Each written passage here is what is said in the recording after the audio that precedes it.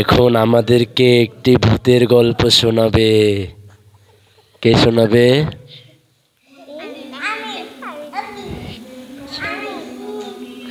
ভূতের গল্প শোনাবে এখন। কে শোনাবে ভূতের গল্প? হ্যাঁ, আচ্ছা দাঁড়াও, তুমি শোনাও দেখি। এক দেশে এক ভূত ছিল, আর তার পাশের গ্রামেই লোক বাস করতো একজন। একদিনকার ভূতটা ওই গ্রামে গেল। যাওয়ার পরে মানুষটা রাত্রেবেলায় সব জায়গায় হাঁটে। ভূতটা দেখে ফেললো। তারপরে ভূতটা গিয়ে মানুষটাকে ধরে এমন ভাবে খেলো, মানুষটা হাড্ডি ছাড়া আর কিচ্ছু ছিল না। মাশাআল্লাহ, সুন্দর হয়েছে, খুব সুন্দর হয়েছে। আচ্ছা, এবার কি শোনাবে?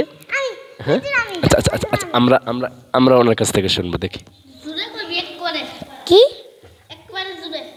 এক দেশে ছিল একটা শাকচুন্নি। সেই শাকচুন্নি ডাল্লা কেউ যদি লাইট নিবাইতো তখন নাই পড়তো, আবার কেউ যদি লাইট জ্বালাইতো গেত গা। তারপর একজন লাইট নিবাইলো ঘুমানোর সময় রাত্রে, সেই ভুট্টাই পড়লো। তারপরে এমন ভুট্টার পাশ আসতেছে, ওই লোকটা মার গেছে গেছে আর গাছে গেছে গা।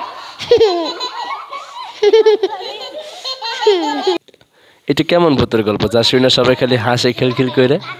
আচ্ছা আচ্ছা, এবার তুমি একটু বলো তো দেখি। এক দেশে থাকলো একটা ভয়ঙ্কর ভূত। এই ভয়ঙ্কর ভূতটা সবার গ্রামে চলে এলো। একদিনকার একটা গ্রাম আসিল। এই দেশে অনেক মানুষ ছিল। পরে এই মানুষটা রাত্রের বেলা খালি ঘুমাস্তান থেকে বাইরে হাঁটতো।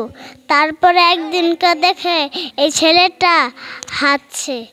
তারপরে এই ছেলেটা একে ধরে নিল। তারপরে এই ছেলেটাকে মেরে ফেললো। তারপরে একটা ছেলে এখানে